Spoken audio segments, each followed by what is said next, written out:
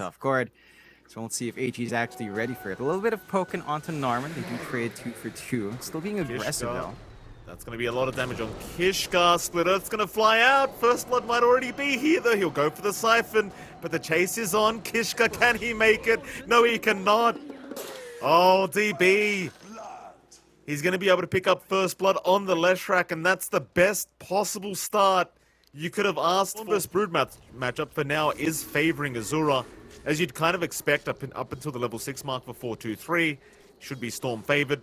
So you will see 4-2-3 trying to abuse the insatiable hunger to give him himself a reset as bottom lane. Varish getting aggressive, and well, he might have something, but Kishka does have the stick charges.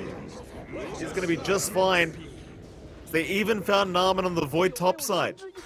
Didn't want to give it to Azura, apparently. Yeah, you take your support tax here. You are a support Void. So you kind of want a little bit more there. Azura probably doesn't mind too much. He shoves away.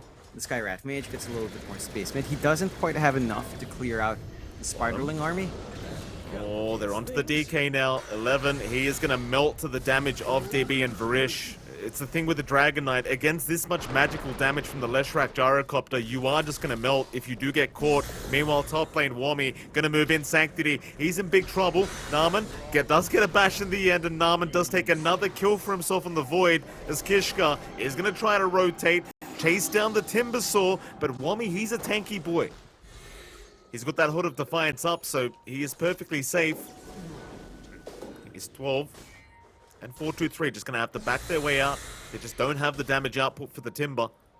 And it's really hard with the Spiderlings because you're just giving free reactive armor stacks. It's now Narman. The Chrono. They found the tiny Narman. He's caught the Leshrac though. Uh-oh. Narman, he's going to die as well. Oh boy. We've all had that experience in our pubs, haven't we, John, playing Faces? They can just look for the kills non-stop. Well, the Orchid is on the way now for 4-2-3, so we'll see if they can try to make this work. There is going to be a 4-man smoke behind the Broodmother. In fact, never mind, they go right ahead.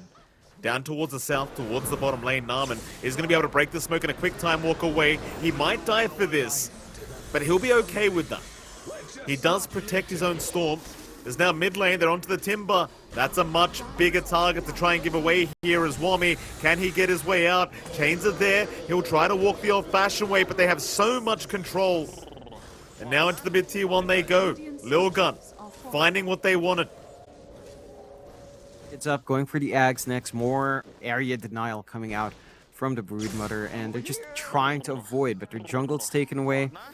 We haven't seen that much presence out from Narman just yet, although Chrono's still ready here. It certainly is, but they're going to make the jump in. So many silences out onto the Void. He is just gone. Still, the chase is on. Avalanche is going to be nice. Sanctity locking a couple down. Call down committed. They'll at least find 11 as the buyback was there from Narman. He wants to rejoin the team fight. Chasing for the Chrono. 4-2-3's fine. Silence is there. Kishka. He's going to tank the gank for his Broodmother. And would you call that buyback worth it? They only find a support DP. No, not quite. It does force a retreat from Lilgun. So you might be able to find a free mid-tier 1. Problem is, Lilgun, they already found the opposing mid-tier 1. So they won't mind this, I don't think. Yeah, still grouping up though. They are. They'll jump in onto the Lesh. Mystic Field was there. Chrono committed, but it's only onto the supports and there's no backup. Nobody's there to back him up in that Chrono. So they're even going to find Wami now on the Timber. Lilgun. I said they wouldn't want to defend, John, but if they're going to defend that easily, why the hell not? Seems like a bit of a desperate smoke, but they just want that mid-tier 1 tower so desperately. They know Exorcism's down as well, so at least you don't have to worry about that. That'll be the mid-tier 1 tower to drop this call down. Is there Ace 12? He will avoid it. Azura jumping right in. Has to be careful, though, but he has that BKB, but it won't matter. Oh, he's down. Onto DB. The Leshrac. Completely controlled up, trying to heal up through all of this, is going to be able to fight back. In fact, Sanctity, he's the one on the run. On that Tiny, he is melting. Meanwhile, Narman, he might drop. There goes the Aegis on that Tiny.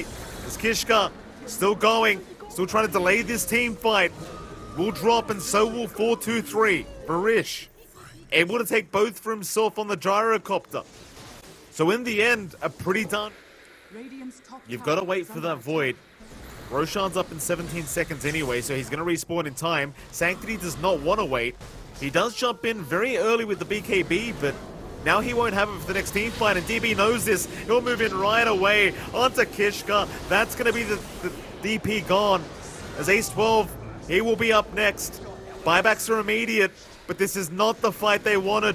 Sanctity, he's going to be stunned up, slowed down, perma-stunned in fact, as DB will take him. Triple kill for the Leshrac. In fact, they just keep going. They found 11 on the Dragon. Narman's presence does, because they have to prioritize Void.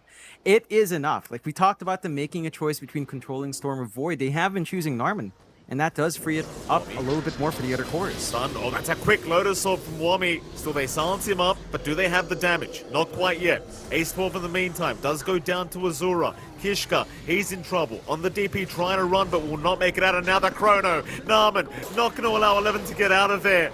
There's your Chrono. 11, he'll have to run the old-fashioned way, but it is not going to work out. 3 down for Lilgun. And AG, they may just march right through the mid lane here. They've got the Aegis up. Wami on the front lines. Aeon Disc is procced. They found Azura, but he's going to zip away, and now the turnaround. They'll go for the team fight. Onto the Dragon Knight. 11 is melting. Might just drop as they chase him down. It seems like Lilgun, they don't want this fight anymore. 4-2-3 tries to back off. Wami, he'll find Kishka. In goes Narman. He's got the Chrono on the Broodmother. In goes Sanctity. He'll find Narman's life, but it'll be for 4-2-3. It's not the trade they wanted on Lilgun. It's not the smoke they wanted on Lilgun. And it might be time for another high ground defense. This is at 98% now in the favor of AG. We'll see what Lilgun can do, but it really doesn't feel like they've got the answers. They're going to try and move out of the base, maybe go for a surprise team fight on the low ground in that tree line. They are going to try one last time. Lilgun, no, they're spotted. Narman, he'll jump in. DB, he was the one to go in as well. Buyback is there from Narman. He'll rejoin the team fight. Lilgun, they at least find the Leshrac the first time, but Azura, he'll make the jump in with the Aghanim Scepter with the double pullback onto 4-2-3 in the refresh. He'll find another. 2 mini black holes out. There's 2 down for Lilgun. Kishka, he'll keep going on the DP, but there's no way he can make anything work here. As Wami will chase him down, and towards the south, they've got Sanctity. On that Tiny, he'll try to run, but Azura's holding him down. The Tiny's gone. That's it. GG's called.